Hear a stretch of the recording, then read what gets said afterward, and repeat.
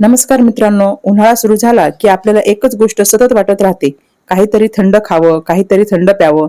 आणि मग आपण लगेच काय घेतो? आईस्क्रीम, कोल्ड ड्रिंक्स, बाहेरचे ज्यूस. आपल्याला वाटतं की यामुळे शरीराला थंडावा मिळतो, तापमान कमी होतं आणि आपल्याला आराम मिळतो.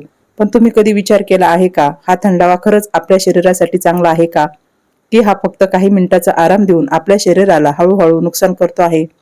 जर तुम्हीही उन्हाळ्यात वारंवार असे थंड पदार्थ घेत असाल तर हा व्हिडिओ शेवटपर्यंत नक्की पहा, कारण आज आपण सविस्तर जाणून घेणार आहोत आईस्क्रीम, कोल्ड ड्रिंक्स आणि बाहेरचे ज्यूस हे शरीराला कसे नुकसान करतात आणि त्याऐवजी नैसर्गिक थंडावा देणारे कोणते पदार्थ खावेत.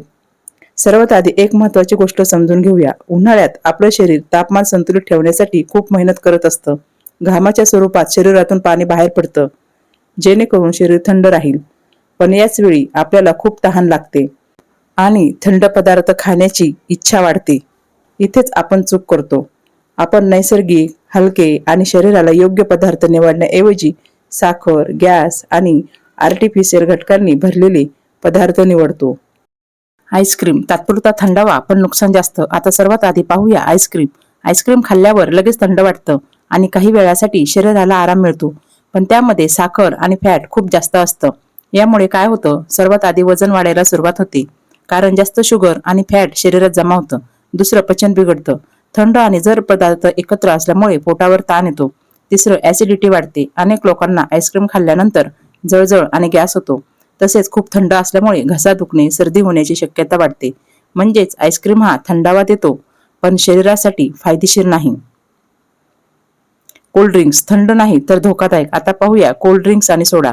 हे पेय पिताना खूप रिफ्रेशिंग वाटतं, पण त्यामध्ये असतं काय? जास्त साखर आणि गॅस. यामुळे शरीरात पाण्याची कमतरता वाढते, कारण हे पेय हायड्रेशन देत नाही तर पोट फुगतं, गॅस तयार होतो आणि डायजेशन बिघडतं. तसेच शुगर जास्त असल्यामुळे एनर्जी अचानक वाढते आणि लगेच कमी होते. यामुळे शरीर अजून थकल्यासारखं वाटतं.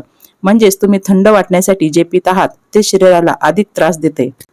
बाहेरचे ज्यूस हेल्दी की हार्मफुल? अनेक लोक असा विचार करतात की ज्यूस म्हणजे हेल्दी, पण बाहेर मिळणारे ज्यूस नेहमीच हेल्दी नसतात. त्यामध्ये अनेक वेळा जास्त साखर घातलेली असते, हायजीन नीट नसतो आणि फळांपेक्षा सिरप जास्त असतो. यामुळे शरीराला न्यूट्रिएंट्स कमी मिळतात आणि नुकसान जास्त होतं. संपूर्ण शरीरावर होणारे परिणाम. जर तुम्ही रोज असे पदार्थ घेत असाल तर हळूहळू शरीरावर परिणाम दिसायला लागतात. ऍसिडिटी वाढते, पोटाचे त्रास सुरू होतात, वजन वाढतं आणि शरीरात थकवा जाणवतो. सगळ्यात महत्त्वाचं म्हणजे इम्युनिटी कमी होते. म्हणजेच तुम्ही थंडावा मिळवण्यासाठी जे करत आहात तेच तुमचं आरोग्य खराब करते. आता पाहूया नैसर्गिक थंडावा देणारे पदार्थ.